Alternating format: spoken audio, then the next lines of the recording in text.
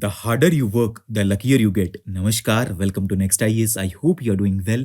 In this video, we will cover major headlines of the Hindu, Indian Express, and Press Information Bureau. So, without wasting any time, let's start today's discussion. And here, first article talks about Panama Canal because recently Donald Trump threatened to reclaim the Panama Canal, calling the 1999 transfer treaty foolish. Talking about Panama Canal, it is an 80-kilometer artificial waterway connecting Atlantic and Pacific Oceans. It reduces shipping cost, time, and distance. It handles 6% of global maritime trade and symbolizes US technological and economic power. It was opened in 1914 and it was controlled by the US until December 31st, 1999, when it was handed over to Panama under the Torrijos-Carter treaties. Panama Canal Treaty transferred control to Panama, while the Permanent Neutrality Treaty declared canal neutral, allowing passage for all nations and giving the US right to defend its neutrality and prioritize military passage during emergencies. Now, Union Ministry of Environment, Forest and Climate Change has amended the rules for selecting experts to Genetic Engineering Appraisal Committee, which regulates genetically modified seeds in India.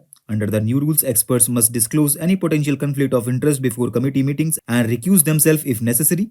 They must also provide details of their professional affiliations for their last decade. These changes follow a July 2023 Supreme Court order that required the center to create a national policy on GM crops. Now, researchers from IIT Guwahati and Bose Institute of Kolkata have developed an advanced injectable hydrogel for localized cancer treatment. A hydrogel acts as a stable reservoir for anti-cancer drugs, releasing them in a controlled manner to target tumor cells while minimizing harm to healthy cells. This innovation particularly promising for breast cancer therapy. Hydrogel is made of ultra-short peptides and it remains insoluble in biological fluids. It targets tumor sites. Next article focuses upon Narayana Guru, who was a social reformer and spiritual leader from Kerala. He was known for blending spiritualism with social reform. He followed Advaita Vedanta, emphasizing non-duality and oneness of individual self and ultimate reality. He opposed divisions based on caste, religion, and other identities, advocating for one caste, one religion, and one god for man. He encouraged the opening of temples to all caste and installed a Belgian mirror at the Ardhanarishwar temple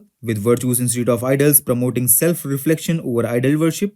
Now, Supreme Court ruled that right to property remains a constitutional right under Article 300A of the Indian Constitution, even though it was no longer a fundamental right after the 44th Amendment in 1978.